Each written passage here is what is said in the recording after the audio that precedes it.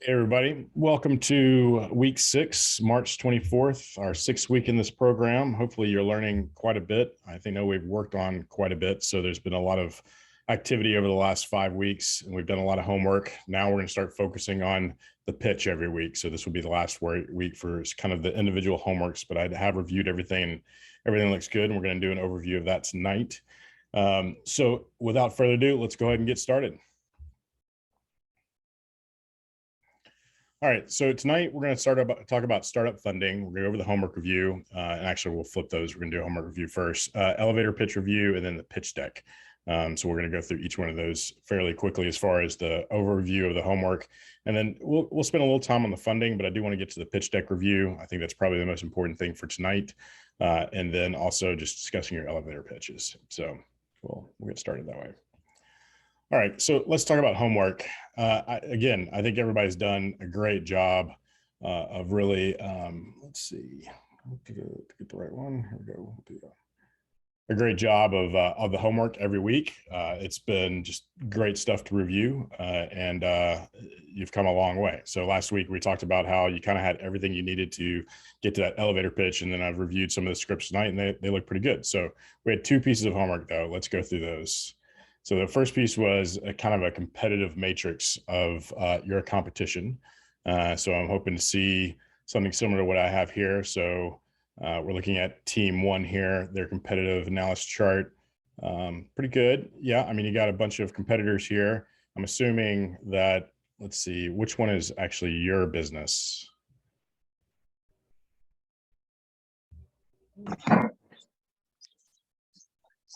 Oh, we didn't put ours in there. Sorry. Oh, yeah. So I should have covered that. My bad. So in this example we gave, Google is the you, right? So Google, you have all the green marks, and your competition pales to compare. So definitely add your column in there as well, and then show, with the big green check marks. I actually typically go with green check marks and then red X's, just to draw a very big distinction between what they don't do and what I do, or what I do better than they do. So definitely put that in here, and then just keep working on it to make sure that these 5 value proposition areas on the left, are really matching up to what they can or can't do. And like I said, if they aren't doing it well, if they have other data points, but your data points are 2x or 3x, I'd put their data point in there and then your data point in there.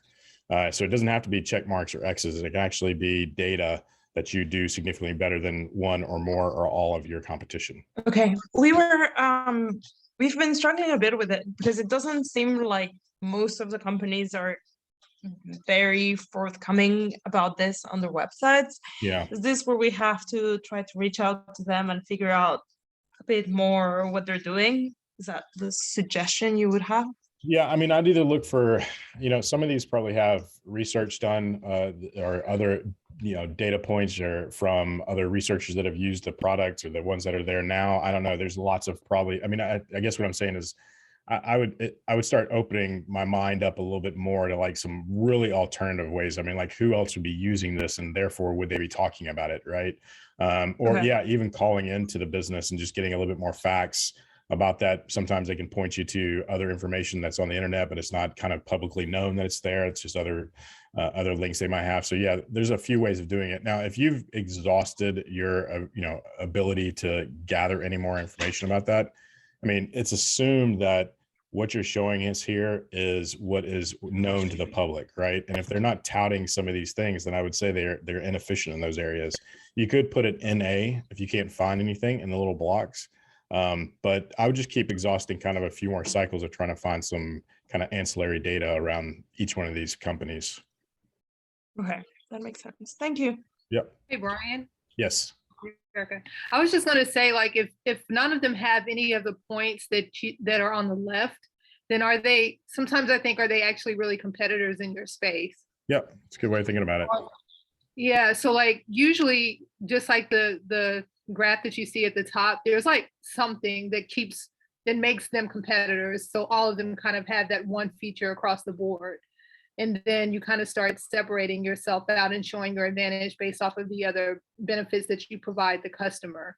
So like looking at it right now, it just seems like you may have 2 people that are actually real competitors in your space versus 6. Right. That makes sense. Yeah. Thank you, Erica. No problem. Yeah, it's a great perspective, Erica. I appreciate that. And you're right. I mean, if you have 10 value propositions and they're one, they're not really that much of a comparison. But sometimes you put that on there as well, right? Just so you have a few up there. So it's good points. Good points. All right, so let's do the elevator pitch here. I kind of was trying to think about how best to go over this with you. One was to have one of y'all say it to me, and then the other one was for me to say it and see if we can get it below a minute. So I see problem homework. Which one of these? Oh, wait. It's the whole thing. Sorry. All right, gotcha. It's how we divided it. Sorry. No, okay. So we're going to do a little exercise here. I'm going to start reading. Somebody start a clock as soon as I start, and then tell me, just stop me. Just say stop as loud as you can when it's 60 seconds. Okay. Okay, let me get my clock. Okay.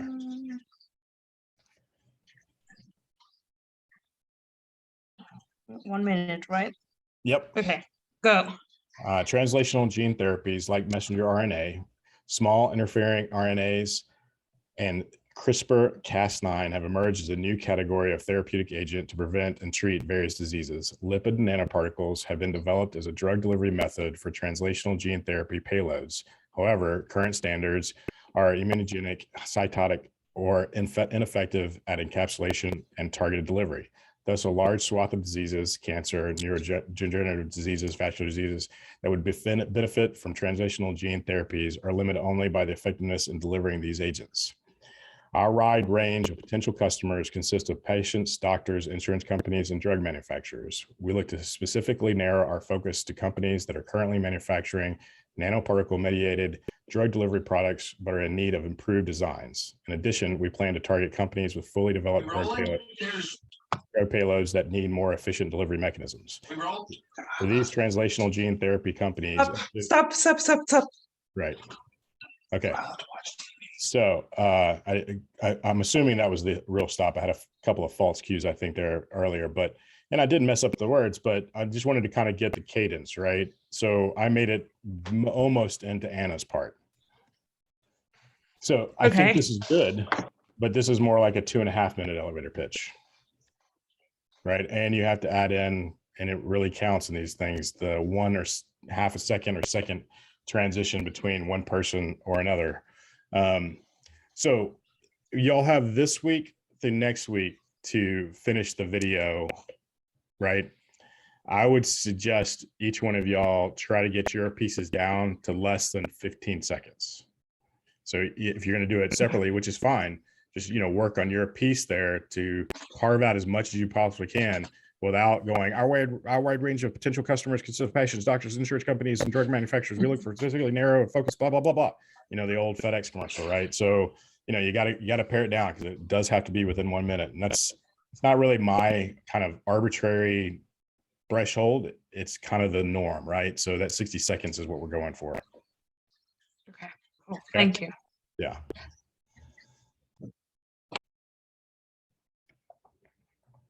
Okay. Any other questions from team one?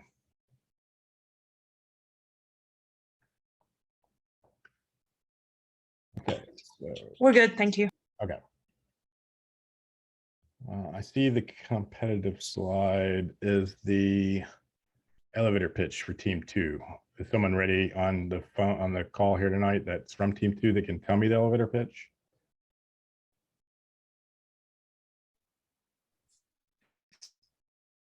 Okay, we'll discuss the competition slide first. Hi, Brian. Yes. Brian, can you hear? Yes, I can. I forgot the elevator pitch, but it will be ready next week. Okay, sorry for the delay. That's right. You'll be ready next week, but that means you'll have the video ready next week too, right? Yes. Okay, cool. All right. I like the look of this competitive slide. Please, don't copy my kind of uglier version of it. It's rather dated. I do need to update it. Style it however you want. Match it up with your slides. This is a good looking one, right? I tend to kind of push towards or suggest towards bigger no's and yeses. So these pluses and minuses might need to be just stand out more.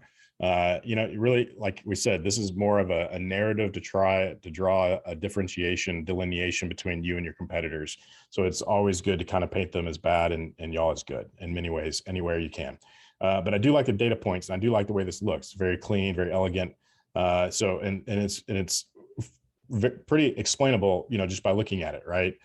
So cost low, high R&D cost, still low. So you kind of match up with two things there with the conventional hybrids.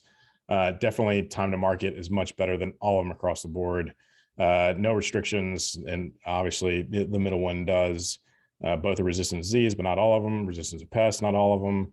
Nutritious, yeah. Question, and even having a question mark here is not a bad thing, right? You don't know if they are or not, but they're already stacking up not so well against you. So you might as well just put the question mark in there. Like who knows?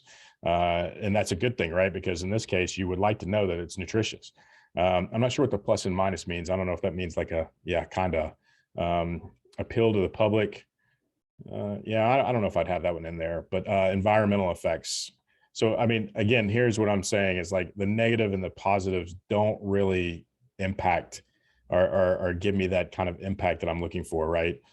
Environmental effects, just a small little kind of minus point there is just not drawing it out enough. So I think overall, stylistically, data wise, value proposition wise, this is good. I think just a little bit more styling on drawing heavier impact of positivity towards your things and negativity towards their things, and try to figure out something more than the plus or minuses. Those just aren't really working, I don't think. Okay. Brian, they could do check marks for those, right? I mean, it doesn't have. Yeah. And I was going to say, you can even change like on the left-hand side to make everything be a check mark or an X if you just say low cost, and then either they're a low cost or not a low cost. And so you can do check or minuses versus just having to put the word low or high. Yeah. You know what I mean? Yep. And then average time to market, you could just say short time to market, and either they qualify as short time to market or they don't. So they either get a check or an X. So you can make it more uniform here, I think, just by changing the wording on the left. And I agree with the appeal to the public too. I don't know how important that is. Can I ask one question? Yes. Thank you for your comment. And do you think we should also add the brand, like the competitor's name, or just by making the competition between technology is enough? I never mind using logos of my competition when I'm painting them in a bad picture. So yeah, I mean, if you got the logo for it and the logos for them, I would definitely say use them. I think the only issue is when your competitor is the big brands, for example, Bayer, etc. They are big brands, so it's hard to compete with them. So it's kind of negative, no, for investor to try to compete with big companies. I think a lot of investors that you're going to want to try to attract are the ones that are hungry enough to go eat the heels out from under the 800-pound gorilla. I mean, that's where investors are looking for. They're not going to invest in the big brand label. That's too saturated for them. They want to invest in somebody that's going to eat the lunch of the big brand label. Yeah, okay, thank you very much. Yeah, I mean, just to kind of reiterate that, I mean, it's like, you're not looking for large institutional companies and VCs that are going to be investing, tens of millions of dollars or buying large swaths of stock into the big label. So investors are looking for disruption and innovation, and that's what they're going to invest in, especially in agriculture. I mean, that's definitely been a proven case for the last few years, especially. Okay, any other questions from team 2? All right, team 3, homework 4.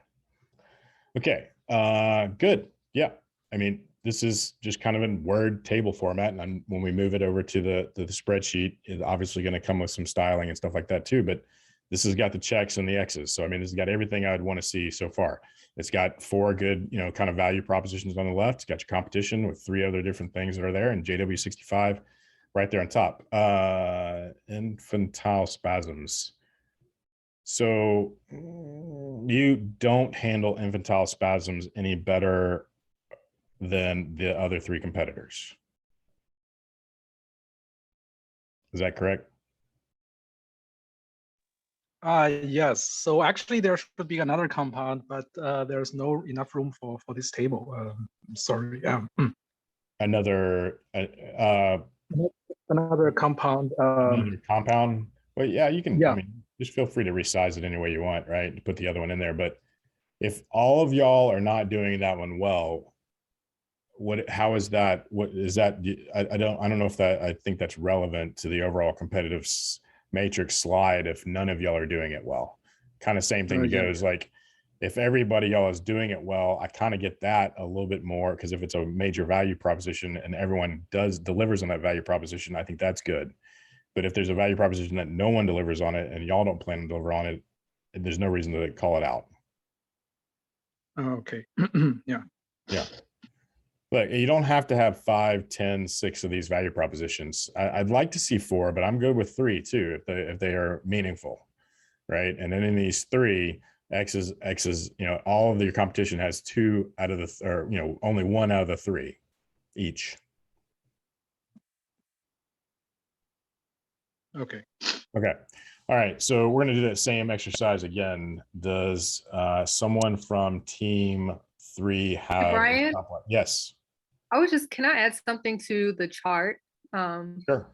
Just feedback. And I don't necessarily know enough about the compound to know this, if it's a value prop or not. But I mean, what you've included are just like different, epileptic conditions versus additional, I guess, competitive edge that you may have. Like, is it low cost? Is there lower side effects? Like, I would actually, if I was looking at it as a neurologist or someone who was trying to recommend this medication, I think those are great, but are there any other value propositions as well, besides just like you cover some of the like pathologies that some of the other ones do, and more than some of like the I agree with the infantile spasms not necessarily needing to be on there, but maybe you could add a little bit more bulk to what the competitive analysis shows about the product. Now that you brought that up, I'm glad you did, because I think now I'm starting to feel a little iffy about like what actually am I reading here. I mean, what is it doing for partial seizures? I know it's not increasing them, so I can assume it's reducing them. But but I also could assume why this is like, is it eliminating them? Right. And it's like, what is the measurement here that's showing you how better or worse you're doing for your competitors? I think I didn't really notice that at first, and I'm glad you brought that up, Erica, because these value propositions I don't think are actually value propositions. They're more just events that you may or may not be affecting. Yeah, actually, I suggest what I list here is just like a list of indications, right? Indications. Yeah. So actually, there should be some other dimensions, but I just not list them here. Okay. Just take another draft at it, another swipe at it, and we'll review it again when we're going over the deck. Okay. Okay. Technically, you're competitive against other agents like medications, but in actuality, there's a lot of other things that treat these conditions too, besides just medication. So I don't know if that's something, Brian, that you discussed before, like if just because it's not a drug, it may still be a competing therapy. It could be surgery. There's, surgeries for epilepsy patients who have tried a bunch of drugs. So is that kind of a competitor for you? Probably. There, are implants as well that you can place that treat epilepsy too. And you may be able to do those for patients before you jump to a 4th and 5th drug. So I don't know if that's something that you guys had talked about before, but definitely consider where you might provide value over some of the other therapies that you may not have included here besides just medications. Does that make sense? Yeah, it does. Kind of. Kind of. Yeah. That all being great advice, I also don't want to spend I mean, this is not, remember, this program is not about going extensively deep in each one of these areas. We do need to present them in a way that makes sense and is compelling. And I do agree with everything that Erica said, but I also don't want to wait. I mean, you know, kind of keep on this over and over and over again for the other things, because the competitive slide is important, but it's not as important as some of the other things, right? But I don't disagree with anything Erica said. I think I'm obviously going to be more sensitive to this particular. Yeah. All right, so who's got a stopwatch? I do. Okay. Yeah. You can tell me when, and I'm going to read this out. You can start now. Okay. The seizure attack affects 65 million of the global population. It occurs due to a highly synchronized overstimulation of neurons in the brain. A full list of causes that can be targeted to prevent brain overstimulation is still beyond our knowledge, and the currently available frontline anti-seizure medications can only cover 60 to 70% of patients with epilepsy at most. Among the other helpless patients with refractory epilepsy, overreaction of the TRPC3 channel is the main culprit to blame. Therefore, our novel TRPC3 blocker, JW65, is dedicated to generate unprecedented benefits for these patients without feasible medications. Thanks to JW65, their quality of life will be remarkably improved. The promises by this compound are not only attractive to pharmaceutical industries who are urgently seeking next generation anti-seizure medications, but also are competitive in saving the cost of medical insurance companies by reducing odds of seizure attacks associated with accidents. Period. What was the time? 3 seconds. 30? 3 seconds. Yeah. 3 seconds left. I'm sorry, what was the total? 3 seconds left. Oh, so 57 seconds. Okay, so I mean, yeah, again, I messed up some of the words first time I'm reading it, but I think timing wise, cadence wise, this is about what everybody needs to expect. Number of words and the cadence and speed that I kind of read it. So I think those two things match up well, right? Not much change there at all. But Erica, you know, I was reading it, you were listening. What'd you think? No, in terms of like the points that you're supposed to hit, I think in the elevator pitch, you kind of talk about the problem and at least include some numbers, which I think is very important. Also, you talk about what benefit you bring, like what is your solution and why is it better? And also I like the value, kind of bringing in the value about saving costs, et cetera, at the end. I'm just in general looking at it and listening to it, I thought it hit the important things you want to hear. Yeah. The only other thing I would, like why, the other thing is like, why are we the group to bring this technology to market? But that's kind of hard to do in this, I think in this scenario with Scipreneur. But that's the only, I guess, other thing when I listen to elevator pitch, why you, why now? Yeah. I think everything else is great. Yeah. I like adding that why you, why now kind of thing too. And if you have time to do it, and if they're not, going to have a gag to put over your mouth in 60 seconds or locking you into a 60-second video, I would add that as a sentence at the end or two. The one thing that I had is like the way it starts was a little off for me. Like the seizure attack affects 65 million of the global population. Well, I mean, 65 million I can assume people pretty easily, but it's something about the seizure attack effects, right? The seizure attack. What kind of seizure? Is it all seizures? Are these? So I think that might need a little bit more qualifying of what it is, which you got 3 or 4 seconds to play around with it. So just look at that early stage stuff or the start of the stuff and see if that can be a little bit stronger. But otherwise, I think you're on the mark.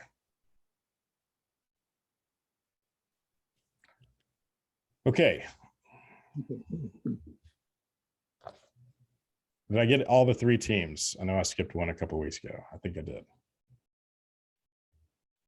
All right, so let's jump into it because this next topic is a fun topic to talk about. And I'm not sure how much funding y'all are going to be going out and getting right after this. Hopefully we can start kind of talking with the teams after this is over, the IP holders, about those next steps, but I definitely want to give you some exposure and awareness around funding, kind of the terminology and the different pieces of it. Also the different alternatives to these funding types that we'll talk about here over the next few minutes. So in the most smallest form, we'll talk about the funding in these three phases. There's the pre-seed, which really is basically from a concept written on a napkin or a piece of paper on some sort of spec or drawing, and then into that later early stages where you've actually maybe even built a prototype, maybe even have an MVP, you've done customer discovery, you've done some R&D, and you need some money to kind of launch. And then the series rounds is the serious rounds, right? Those come much later and they're much, much larger, right? So there's different risks and rewards for each one of these for the investors, and there's different investor types for each one of these. So I wanted to walk through each one of these individually. Pre-seed, the seed / supposed to say angel there, not angle, in series. Love those kind of typos. All right, so let's talk about the pre-seed. Okay, so sources of money in this regard are always the personal assets, which I actually recommend avoiding at all costs.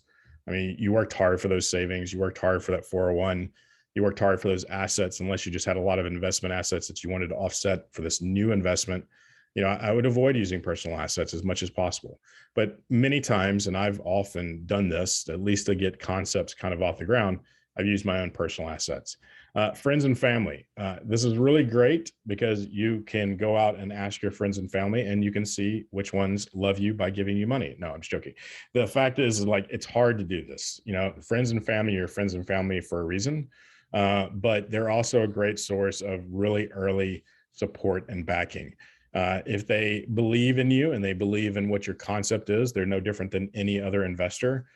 They are generally adults. They have to be in order to give you money by law. But as far as an investment goes, if it's anything less than like 10% they make or $10,000, the rules have changed a little bit recently. But if they're a non-accredited, meaning they have a limit of how much they can invest in you.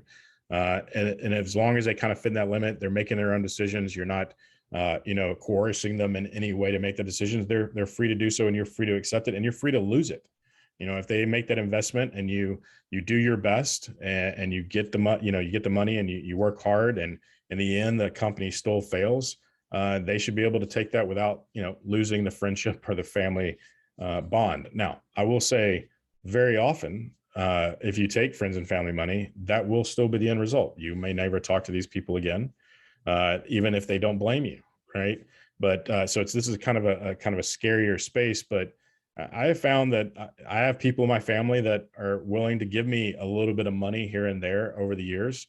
And I always have paid it back, right? So it's a lot of the times it's loans, right? Some from friends and family, but this is a source of some early revenue. Programs like NSF and NIH, DOE, they all have programs, SBIR, STTR type things. They have multiple phases. Each one of the phases comes with some money, and those are non-equity based investments. So they're grants, right? And those are great ways to do things very early on without giving equity. And we'll talk about that in a few minutes, what that means. Grants, obviously in the same space. Awards, like if you go to an accelerator program or if you win a pitch competition, there's plenty of entrepreneurs that keep most of their pre-seed equity intact by just entering pitch competitions and winning $5,000, $10,000, $100,000. I mean, I've seen them all the way up to $100,000, $150,000 for the team that wins the pitch competition. These are national type things. So you can make a go, get several $100,000 if you've got a great product idea and a great pitch and someone who's really great at pitching it. So there's always through that way. So awards, also sometimes through accelerator programs and other things like that. Then there's loans, right? Just going out and getting a loan from somebody. That's going to be convertible notes. It can be a bank loan, what have you. It can be a line of credit. I mean, in my last business, I opened a $25,000 line of credit. My last business failed, by the way, and it took me 2 more years to pay off that $25,000 line of credit. So, buyer beware in that regard. If you're going to take on these responsibilities, also understand that in some cases you have to pay that money back. Investments are a different thing. Loans and different things like that, you definitely have to pay back. Okay, so what's the purpose of the pre-seed?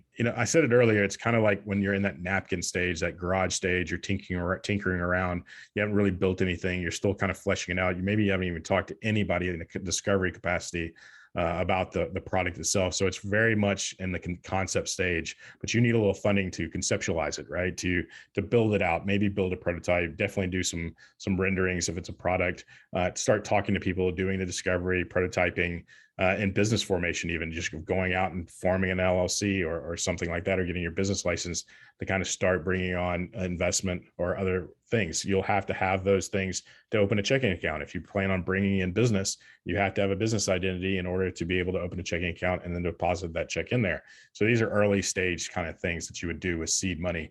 And seed money goes from anywhere from $5,000 to $100,000. But it's, you know, and it can even go higher in some areas. I'd say in the Memphis area for a non-tech company, 50 to 100 is normal, right? For a tech company, 100 to 250 is normal. What is abnormal, but does happen, is early pre-seeds that are in the $500 to $750,000 range. That's what's happened in the West Coast over the last few years. It's really jumped up, where the seed round is a plus million, $1.5 million, right? And then series start at the 3 or 4. We'll talk about those other phases here in a second. So what's the founder risk? The founder is like giving too much equity too early based on a low valuation. And we'll talk about valuation later too, but that's what your company's worth. In general way of thinking, it's like if someone was going to write a check, how much are they going to write it for? Well, if you're in the concept stages, your business might be worth less than $100,000. Generally, a startup that's a technology that hasn't been built yet will start somewhere between $600,000 and $1 million. I think the SAFE agreement, which I'll put in the toolkit, which is a standardized agreement that most startups use in early stage, they start off at like 625, right? It's for a $625,000 for your valuation. And basically what it's just saying is like, first of all, no one's going to be writing you a check for $625,000, but in the case that someone wanted to buy your intellectual property and everything else, and by the way, that's not a patented intellectual property, that's just literally what's in your brain, then they may write you a check, or they would write you a check for $625,000. But like I said, no one's doing that, not at this stage, right? So what it is, though, it's setting a baseline for the valuation, and that grows rather rapidly. So as you build a prototype, as you start bringing on hires and personnel that are actually, you know, experts in their field and working on the product, as you patent your product, and as you start gaining traction in the customer space, all these things increase your value, right? Especially sales and revenue. Certainly that increases your value because you can look your forecast over and say, okay, our value is this plus this times this, right? So our forecast is $1 million over the next year. We'll do 3 years out. That's 3 million to add to our 2 million. Our valuation is 5 million.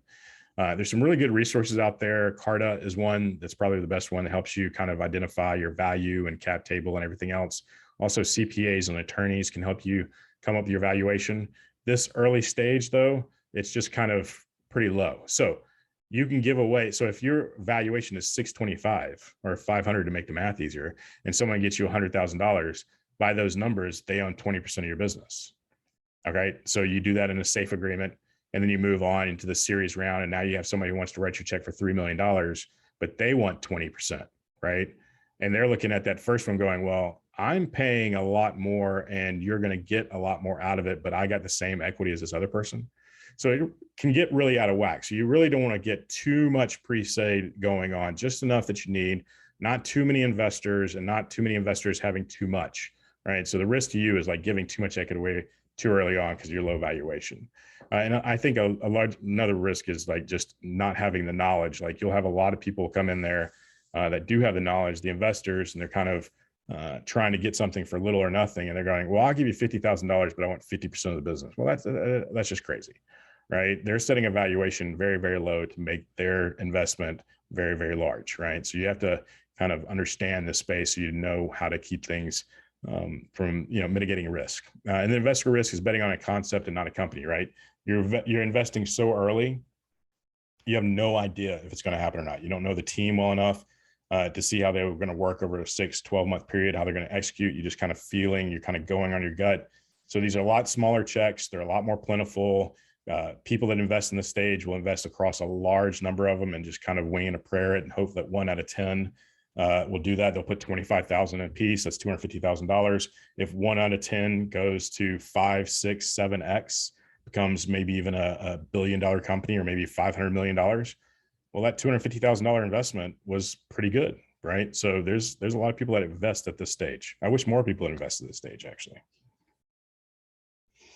Okay, so then we move into seed. seed is that next stage before you start taking on the really, really big checks. But this is like you've gone to market, right? You have your MVP or you're getting your MVP to launch it. You got done all your market research, but you need more. You want to expand into new markets. You're doing more discovery. You're starting to make hires that are very, very fundamental. So you need these to kind of help you. That's the purpose of this. And who will help you with that are what we call angel investors or early stage investor funds. Sometimes you'll get kind of this early stage investment when you're going through an accelerator program. You'll get $25,000 to $50,000 investment for a little bit of equity swapped for that. Angels are always good, and there's ones who generally will write checks on the low end, low end, $50,000. On the high end, maybe 500, but usually 250, 300. Usually they're going to go in for a 500,000 to 800,000 seed round with somebody, and they'll go in with like 2 to 4 more investors, each of them doing, that $250,000 range, or maybe they'll make up 3/4 of it. Then you have to go and make the last quarter up with another 4 or 5 smaller investors, kind of a syndicate deal. And putting them all together. But these people write much larger checks than the ones that are in the pre-seed for obvious reasons. So seed round, 500,000 all the way up to 2 million. I haven't heard of any 2 million. I did see some research and saw that. But I have heard definitely in the 1.3 to 1.5 range for a seed round, which used to be our series round. So everything's kind of bumped up by about 100% in some cases. The founder risk, giving too much equity too early based on low valuation again, right? You're still early on, you're trying to, the valuation is lower. You have to be very cautious about who you give money out to in this regard. And we'll talk about founder dilution in a few slides, but it's still kind of the same risk, but it's lessening. So the investor risk of betting on a pre or early launch company that has not been fully vetted in the market, right? So you've just got an MVP, you might start to be generating revenue. Hopefully you are. That's going to make the series or the seed funds come in a little bit better and higher and quicker. If you're actually making revenue, you can say, hey, we're making $10,000 or $20,000 a month. I mean, that certainly is a great way of getting those higher numbers, because you can kind of forecast and extrapolate what your sales is going to be, but it's still not tested, right? You're not market tested, you're not product tested, and you're just going out there. So things can change rather dramatically that would cause a lot of risk to your business. And these people have already invested, so they're kind of taking that leap. We've talked about the chasm. These are innovators and early adopters. Just thinking about them from an investment perspective. Okay. And then the execution for this is also a safe agreement, just like the last one. You don't really get term sheets a lot in these seed rounds, unless you have one major investor that's going to come in and give you 1 point something. Then to me, that's not really a seed anymore. It's really a series. So at that point, I think you're just, playing around with the words more than anything else. So a lot of this time is still handled under a safe agreement. And the thing about a safe agreement is you can, and when you see it, I'll show it to y'all. I'll share it in the toolkit deck or folder. It's a very quick and easy contract that was written by Y Combinator, right? So Y Combinator, through all their hundreds and hundreds and hundreds of startups that they've had over the years, they've been able to create a set of documents, legal documents, that have kind of brought everything down to just like 2 to 4 pages, right? So it's got everything you would need as a founder and as an investor to kind of protect your investment. It allows you to set discounts. It allows you to set a valuation, and it allows you to set a cap, right? So you can have someone say, okay, I want to invest $100,000 and I want 5%, I want 10% of your business. Well, you can say, well, I can take that. We'll set the valuation of that, but you need to have a cap of 7% and it won't grow above that. Right. So these are all things you can kind of set inside of a safe agreement. It's a very standard form that a lot of investors use, most startups use. So it's very well used, very, very common and tried and true, and very well practiced. Okay, so let's get to the big thing. So this is series rounds, and I have A through H plus. I've heard tail. I don't know what the company was, that there has been series all the way into the H's, meaning A, B, C, D, E, stuff like that. Most of them, it's A through D at the most, because you can have a series A1, a series B1, a series B2, a series C. So each one of these can actually have sub-series in there that you're doing to kind of get to your level that you're trying to close on, or maybe a few more sets of funds because of some good things that have happened. Then you just want to parlay off that and then capture a little bit more funding between these two larger rounds. But a Series A round is going to be the smallest of all the series rounds, and that's going to be in the 3 million plus range. It could be as low as 2 million, could be as low as 1 million, right? But it's usually a group of investors from venture capitalist firms or a large institutional investor or a family office. Family office, you have to have $100 million just to open a family office, or maybe even do a merger and acquisition or some sort of partnership. But these things are generally in that $2 to $3 million range. And the Series C would be in the much larger $100+ million range, right? Or even greater in Series D and so on and so forth. But each one of these series rounds is a priced round, right? So it affects the overall stock price based on how much valuation was in the business and then how much cash was added to it, right? And so that's becomes the overall wealth or worth of the business. And then the stock, through supply and demand, or if they're public or just in its own valuation, that's what kind of sets that pricing. So these are kind of when those safe agreements become real agreements, and they come for actual shares of this, and they get converted into these shares that come out of these series rounds. So like I said, 3 to well over 100 million. So that's actually incorrect. The founder risk there, I need to change that. But that is like when you start moving out into these spaces, you're giving more and more of your company away, right? And the same goes with the investor. You've actually have tested this in the market a little bit more, but now you have competition. Now you have a lot of other things, but the investor risk at this point is far less than it was at the very early stages, right? You've made an investment in a much larger company that is doing well, market tested, it has a customer track record, so on and so forth. And then here the execution is via term sheet. They'll hand you a term sheet and say, here's all we want. We want a board seat. They might even say, we want to replace you with a new CEO. But we're going to give you $100 million to go make it to a $10 billion company, right? So you got to have to understand there's give and takes in these term sheets, and this is more of a legal document other than the safe agreement. It's going to be very unique to the deal that you're signing.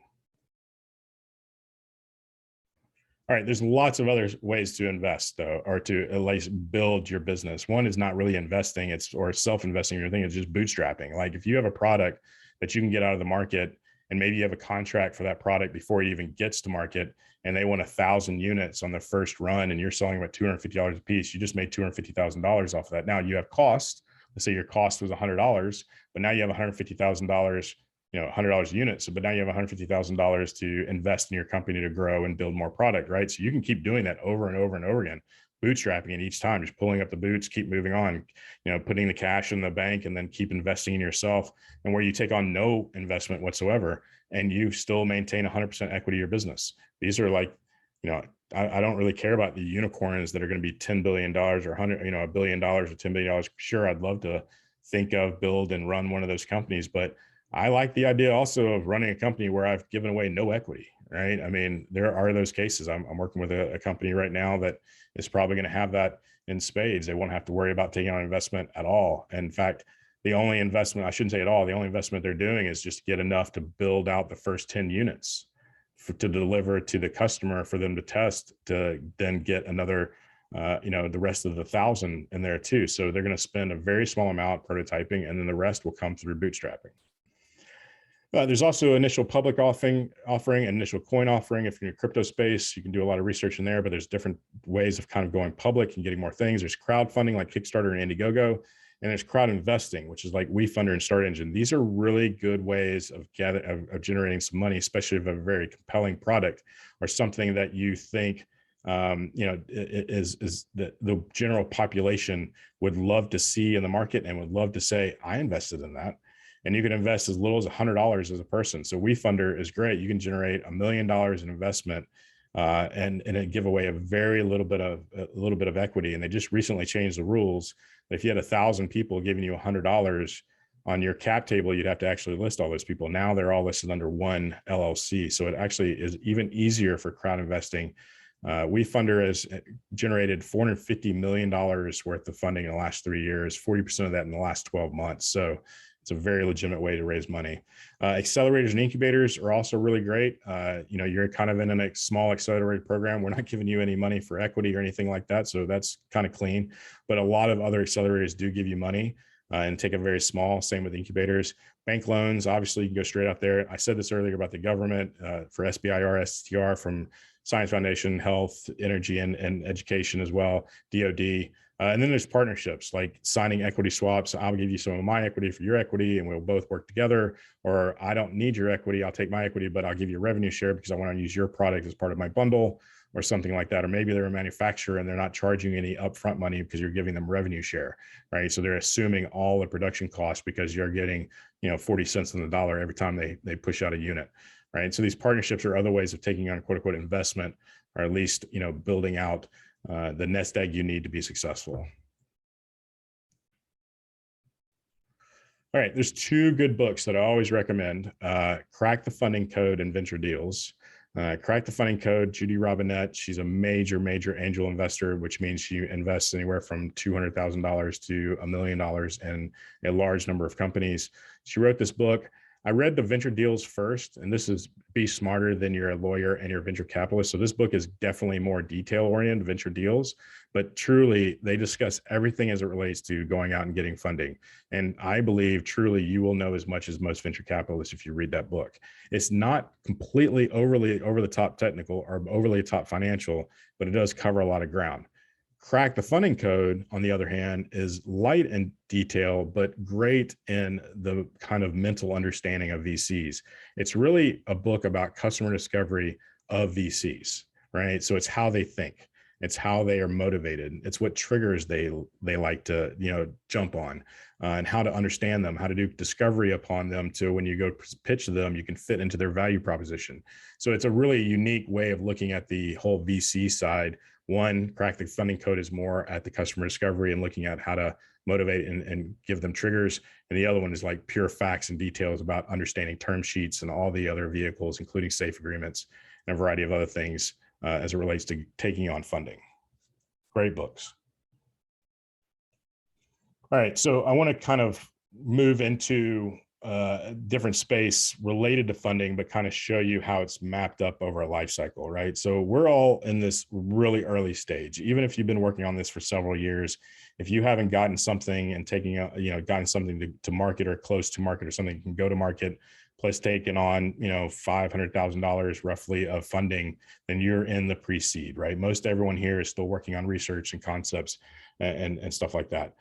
So as your maturity grows, your concept and ideas are there. Your raises are definitely below $1 million, and your typical valuation is somewhere between 1 and 3. It can be lower than 1. It would be around $500,000 and $3 million. So then you move into the seed stage. Notice we're still in the early stage, but seed. You have MVP prototypes. Typical raise is less than 2 million, and my valuation is 3 to 10.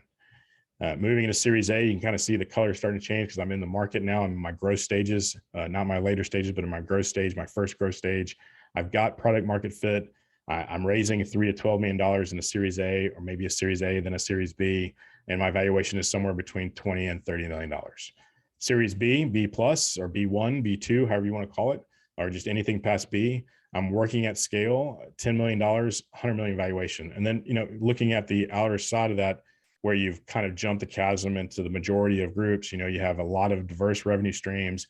You are raising $100+ million, and your valuation is $1 million and above, right? So this is kind of the life cycle from stages, maturity, how much you'd probably be raising, and the typical valuation. This is not tried and true for every business. Some of these are X by 2 or 3X from this, and some of these are half or a third of this, depending on the product and the market and everything else that you have to put into this to kind of decide what your valuation is. But this is a good rule of thumb. Okay, I'm going to share something with you because this is kind of a fairly enlightening thing, in my opinion. Let's see, there we go.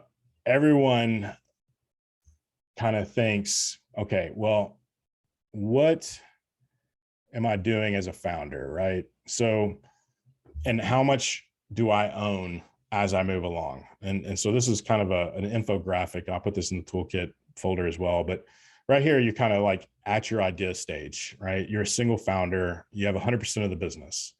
Then you bring on a co-founder and you decide to split it, 50-50, just for math here, making it easy. Then we're starting to bring on friends and family. We got our uncle here, gave us 5%. We want to hold open 20% for options for bringing on employees. That's what we're starting to look at now on this stage. but we still have our founders, and we're both at 37.5%, right? So, and if you want to think of that, it's between y'all are at that plus 70%, right?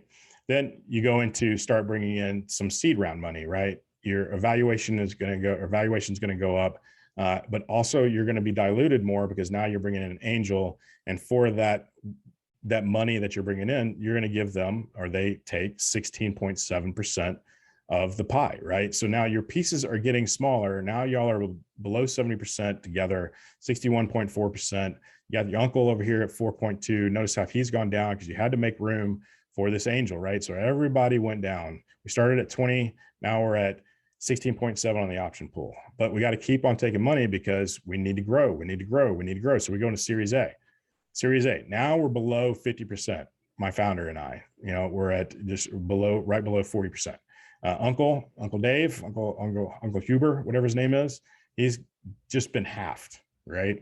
Option pool lower, angel went down, first employee came on. Now that option pool goes down even further, and now we have another investor, and that VC, for all the money they just gave us, they're getting 33.3%. So now look who is the majority owner of the business, right? I and my founder still outweigh them, and we have board seats and votes and everything else. So there's other ways to maintain control, but from a financial perspective, they're the single largest investor as a single, and they're almost as big, or about 7 points lower than I am with my co-founder, right? That seems scary, but I'm going to kind of take all those fears away in just a second.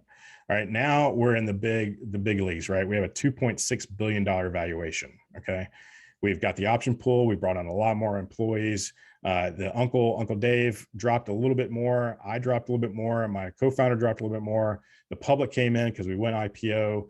The VC went down, and now look, I'm still slightly above them with my founder, but we're still below what the VC has.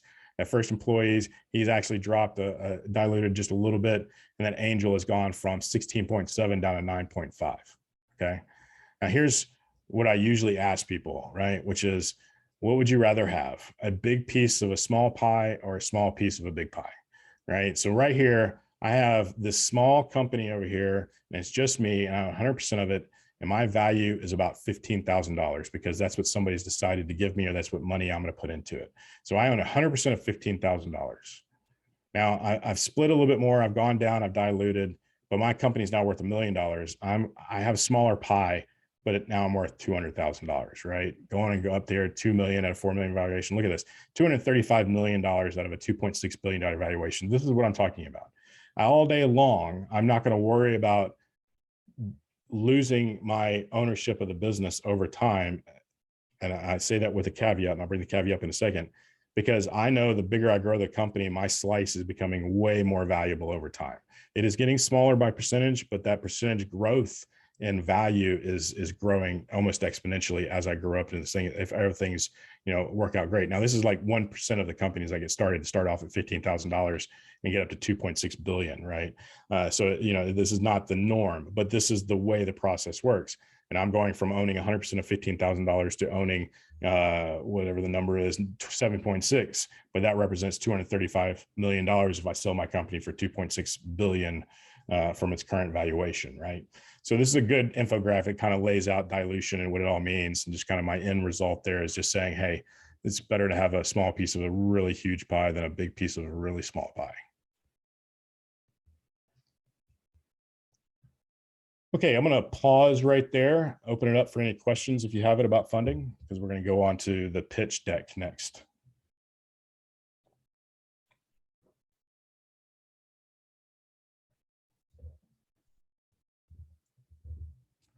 Okay, the pitch. The pitch deck's been in the folder since the beginning, and I'm not saying you should have looked at it or not, but it's there, so you can always go get it. It's something we've put together. When I say we, it's me and several dozens of my colleagues over time, including colleagues and hundreds that I don't know. It's something that's kind of been utilized in our space, our larger ecosystem, for a number of years. The reason being is that it's a really good deck that kind of has all the sections you would need in it, kind of like a super deck, right? It would have all the sections you need in it to basically give a presentation about your whole company to any audience, right? Now, in its state where it has every slide, that's probably more of an investor pitch than a sales pitch. because you don't necessarily share financials and some of the other things with somebody, you know, a big company that you're trying to sell to. But this deck basically has everything you need. And the first half of the deck is all about that narrative, that story arc that we've been talking about, setting the stage, getting people convinced that your product is going to solve the world's problems, right? That's all that first part of the deck. And that's where we're going to focus on over the next couple of weeks as well. So what I wanted to do is kind of walk through the deck again. We walked through it quickly at the very beginning. We're going to walk through it again and just kind of, you know, let you ask any questions about each page. What you'll notice that you've already done the work for everything, right? And I'll just go ahead and tell you what your homework is beyond the elevator pitch video is to start adding content from the material you've already created to the pitch deck, right? And that's going to help you out a lot because you've already done it. And right now, between this week and next week, all I care about is bullet lists. We'll worry about making it pretty a couple weeks down the road. Right now, I just want to get the content over there in some sort of format that could be pitched. Okay. Okay, here's the pitch template. The idea discovery canvas is on the first couple pages. We've talked about that quite a lot. So we're going to move past that. It's just there for your reference. Again, the first page, problem, directly into going back to your problem statement. This is where you kind of word it and wordsmith it to put it on this slide. Right now, again, we're just talking about, you know, bullets. That's all I care about. I don't care about pretty pictures as much, but if you want to go ahead and start putting those in, those are great. But here we're going to start stating the pain, right? Stating the big, ugly, hairy, scary issues that we're going to try to solve. We can even start talking, about a customer that's being affected by this, right? So we do want to put it in terms that the audience will kind of, you know, glom onto. They'll really understand. They'll personify with. They'll say, "Oh, okay, I understand that because I can relate to that. I can be empathetic with that. I can at least be sympathetic with that." Right. So this is where it is. Now, a lot of people will go into a pitch and they'll ask a question. How many people in the audience have suffered from blah, blah, blah, blah? Do we have any epilepsy patients here in town? You know, in the audience, you know, what you're going to get is crickets most of the time, you know, and it's going to cause an awkward delay. And if you have epilepsy, you probably don't want everybody knowing that. So that's really not a great question. I mean, and then you've alienated the person that you've called out. Plus you've alienated all the people that don't suffer from that, right? Or don't have that problem. So it's just kind of best if you don't ask those leading questions. So a lot of people think it's this way to do the icebreaker and stuff like that. I think it actually adds ice 9 times out of 10. You get those jokesters though that just love it and they do it every time and they make it, some of them make it work. But you know, this is not the couch TED Talk thing. This is you giving a presentation. So crowd interaction is not always the best thing. All right. So avoid asking questions, state the big hairy problem, and start the storyline here, right? This is where you're going to start with setting the hook. Marketing customer, definitely, if you haven't already introduced it in the first page, go ahead and start bringing it in here, like who is suffering and who's going to gain. This is where the early stages of like the who's feeling the pain, but avoid at this time going about value propositions. You're not about, you know, sharing the value proposition here. You're telling a story. You're telling a story about a problem. You're telling a story about a person suffering from that problem. And then, you know, you're going to move into the bigger market of that. Now, this is not a time to talk about this being a $1.2 trillion market either, right? You don't want to mess up or mess with the kind of the sentiment that's you're trying to build by throwing a bunch of detail that's just not needed here, because it's all going to be covered later, right? After you've already set the hook. And I think that's important. I'm not sure, I don't want to put her on the spot, but maybe after I go through a few more of these slides at the end, Erica can tell you about, you know, something she's done in the past about talking about her own father, right? And stuff like that, right? It's kind of like, you can even talk about your own personal things. I've done it many times. I've seen people do it. I saw this entrepreneur win 2 awards in one night plus funding. And she admitted to having incontinence issues as a child. Her daughter was there and she was vulnerable about it as well. And they were open about it because she had built a product to help young children that had incontinence issues, right? And she set this, so if you can imagine, she was really setting the stage, and she wasn't talking about any of the nuts and bolts about a problem, about the solution or how much money she's going to make. She was really talking about the pain that if someone that feels in this situation. So it's okay to kind of be vulnerable in this space. Now, in the science and technology, I think the epilepsy one, certainly, I think all of them kind of have that ability to kind of pull on those heartstrings a little bit. So don't be shy about that as well when you're starting to kind of talk about the marketing customer. And then the solution. So this is when you're going to like come in with the hook, right? That you got them by the mouth, and you start pulling them in because you've talked about this big hairy problem. You've talked about these customers that are suffering from it, and you are their savior. You're the hero, the heroine. You're going to bring in the solution that's going to save the day, right? So be bold, bring this out there. But again, stop yourself. You're going to start breaking down in the value propositions. Right now, you're just presenting the solution as a whole. This is your aha moment. That's what that little pro tip says at the bottom. Okay, now I told you to hold off. These are when you start doing it. This is when you lay it down. So, this is how we'll bring value to these customers. This is how we'll bring value to our partners. This is how we'll bring value to the researchers, so on and so forth, right? And start listing these out, because what happens next is you go into the competitive slide. So you now just lay it out.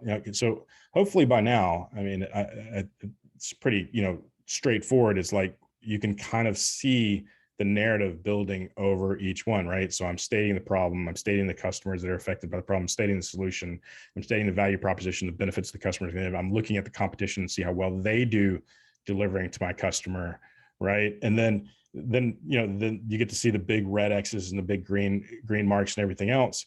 And you start kind of building up to this point where you're saying, great, I've laid all this out there. Now let me show you how I'm going to go make money, right? And that's when you go into the next slide. All right, this is how we're going to go to market. Now, for this week, between now and week 7, you skip these slides. I just want you to focus on the slides we talked about earlier. So just from problem all the way to competitive analysis, and all the rest of them, you can kind of skip for this week. All right, so just that first half is all I really care about bulletizing. I think there is one more slide that I want you to work on, but I think it's like the team slide we'll get to in a second. But this is the go-to-market slide. This is what we'll work on after that first half. This is about, how you're going to go make money, so that's pretty important. So as I was saying, you kind of got this aha moment. You're giving the value proposition. You're talking about the competition, how better you are than they are. And then you're like, okay, this is how I'm going to make money. I'm going to go to market this way. I'm going to, this is my business model. This is how we're going to make the money and the revenue streams that are going to come in, and the ways we're going to, make sure we're successful in that regard. This is the revenue model based on how much money we're going to make on the market. So this is when you talk about the larger market, so our total addressable market. Here we talked about this at the first day, I think the second week. This is the big $1.3 trillion market, and then here's our area of serviceability that we could address, and that's what area. This is about a third of that, because it's in this regionalized areas. And since we have a product we're just going to market with it, we're going to go and tackle the one that's like in our closest market. Like, what is the share of the market that we're actually going to go get, right? And investors want to hear that.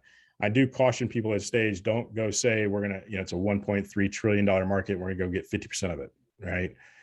If you're going to get 50% of it, you better have a darn good product and a really good plan to go get that.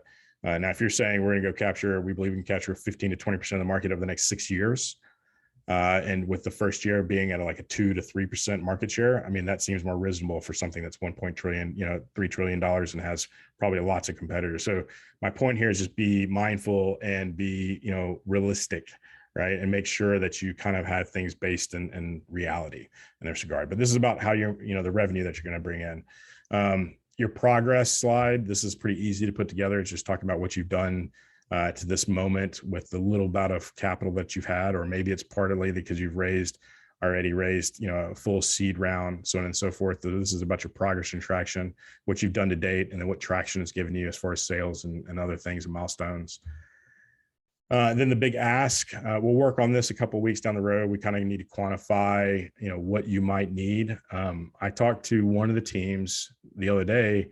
It's about understanding what stage you're in to understand what you need to ask for. So we're going to work on this in a few weeks and kind of put it in the right terms for you. But, just because a lot of other people might be saying, I'm at the concept stage and I think I need $350,000 to get to MVP launch. If you're truly working on something that's not baked yet, but has the patentability that it needs, that can be proven, it can come to market, but there's more R&D that's enough. I've seen lots of pitches be very successful when they're asking for just like $10,000 to $25,000 just to get them 6 months down the road, right? They're not asking for the large, big ask, right? They're asking for some very early stage R&D money. And then they get that and they show a prototype for it that really functions well and you can see how it could generate revenue. Then they go in for the bigger kill, right? They go in for the larger investment. They increase their ask to get them through the next 12 to 18 months. and they put a big series or a seed round in front of themselves as far as a milestone goes. So we'll work on ask down the road, but that's kind of just some information on it now. The team slide, if you want to go ahead and work on this too, you can. It's real quick and easy to do, but basically it's just a slide where you have all your team members' images and what they do and their titles and everything else. There's some information on this as well. Remember, all this is in the toolkit folder on the Google Drive. And then a big thank you at the end. Close strong here, be confident, be proud, yet humble for what you've accomplished and what you want out of your future. Just this is the big thank you and what your ask is for the presentation. We'd love to talk to anybody. If you know anybody, please contact us, so on and so forth. And then the last slide, like if you're going into a Q&A session afterwards, sometimes that last slide you put in here is the one you want to be the most meaningful to them, right? Maybe it's a number, maybe it's the ask slide and what you're going to do with it. Maybe it's the how much money you're going to make slide. Maybe it's a picture of someone that's benefiting from your product, right? Leave them with an impression. That's what the last slide's for. Use imagery, right? All these slides that I've shown you so far are just this plain bluish background and off whitish text, right? This is not for me to say this is a style you to use. I purposely made it unstyled so you can see wherever you want to take it stylistically, right? But please do take it somewhere stylistically. The only ones that I really will push back on the most, I should say, is the ones that are all white with no images, right? No one likes those. They don't punch well as far as impact goes. But if you have white background and you're utilizing the real estate, meaning you have images around and the words are, kind of styled right as far as the images goes and different things like that, and it's just a white background, that's great. If it's all white with black text and everything else, we're going to need to talk about making it a little bit more stylized. All right, so use imagery. I like using these big hero images in the background too. I put a black shade in front of it so it's semi-transparent. It kind of offsets it, and using the white, it gives it a lot of contrast. So deal with contrast, think in contrast terms when you're building these decks, and choosing a dark or light color in the background and a dark or light color for the font as well. And then get really OCD at the end. I'll let you read through these, but it's like pay attention to alignment, make sure your font usage is appropriate. It's not like 20 different fonts. Stay away from scripting fonts at all costs, and practice, right? And don't overdo the bullets. Even though we're going to go first and do bulletized forms, we're going to change those wherever we can to images and descriptions just to make it more stylized. Okay, any questions about the deck?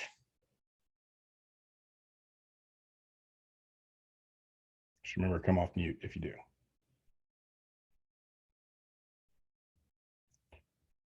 Okay. I told you I like this guy. Now you got a double mirrored image. Okay. So here's your homework. The elevator pitch video is due next week. Please drop it. I'll give you all the way until 4 o'clock on Thursday of next week to do it, but please drop it in there by 4. If you're not going to make it, let me know. Don't stress about it too much. I don't care if it's really stylized, the video, and I really just care if like seeing y'all's faces talking about your products. And I think that's the biggest thing I can tell you. It's like, just don't stress about it. Just get the script, to a point where you can deliver it. I'll go ahead and say it. If it's 6 minutes, 60 seconds or 64 seconds or 63 seconds, I'm not going to count off. If it's 75, 85 seconds, I might tell you to take another pass at it. So just try to get as close to 60 seconds as possible. So your elevator pitch video is due next Thursday. And then pitch deck draft 1, which is just a bulletized version. Hopefully everybody kind of understands what I'm saying there. And if not, go ahead and ask questions, but don't worry about the imagery. I mean, if you have time, sure, go ahead and work on it. If you have time to pick a stylized PowerPoint, and that's something else to be said, is like, there's plenty of templates out there, both in PowerPoint and slides and on the web for you to choose one. So you can literally go find one and do it. Most of them are free. Some of them cost a few dollars. So you go ahead and pick your style, but then just start putting in everything from the problem, solution, customer, value propositions, competitive matrix, all that stuff in that first half of the deck. So this week, as far as the pitch goes, it's really not a heavy lift, right? Really just trying to get content over there. Don't just copy and paste the paragraphs. Try to turn them into bulletized formats where each one of them is a succinct statement. So that's it. So elevator pitch video due, and then the pitch deck, that first half all the way through the competitive matrix slide, get that done before next week as well. And we'll review those.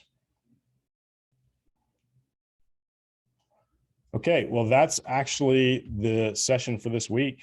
I appreciate everyone showing up for the class. Hopefully it was informative. I'm going to open it up now for any questions that you may have. We can talk about it and take it anywhere you want. Remember, we got office hours tomorrow from 3 to 5, so go ahead and sign up. I'll check that around 2 to see who signed up, and then we'll get on the Zoom. And by the way, the Zoom link is the same one we use every week, so that's where I'll be as far as that goes. If you have some other format that you need to use, just send that to me an email. So any questions for tonight?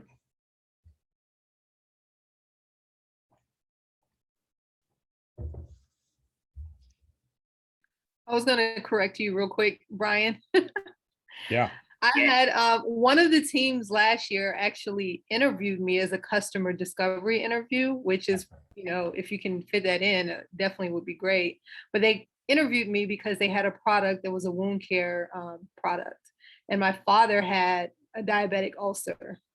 And I had been going through a lot around the time, taking care of him to, visits. He had an amputation of his couple of toes on his foot.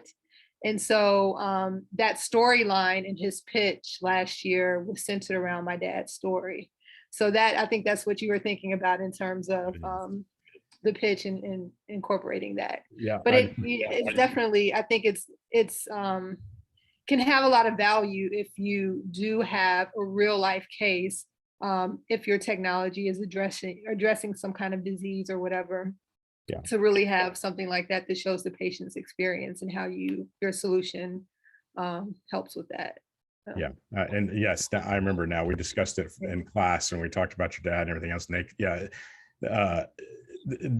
it's no requirement though to be personal, right? No one's saying that you have to do that. I mean, you might have suffered from something or have some family member suffer, and it's just too hard to bring up, but you're passionate about it. And you show that passion in just your delivery.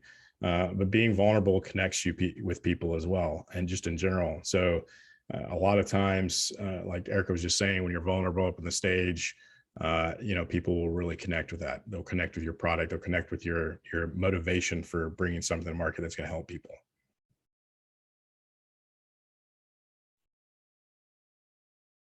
Other questions?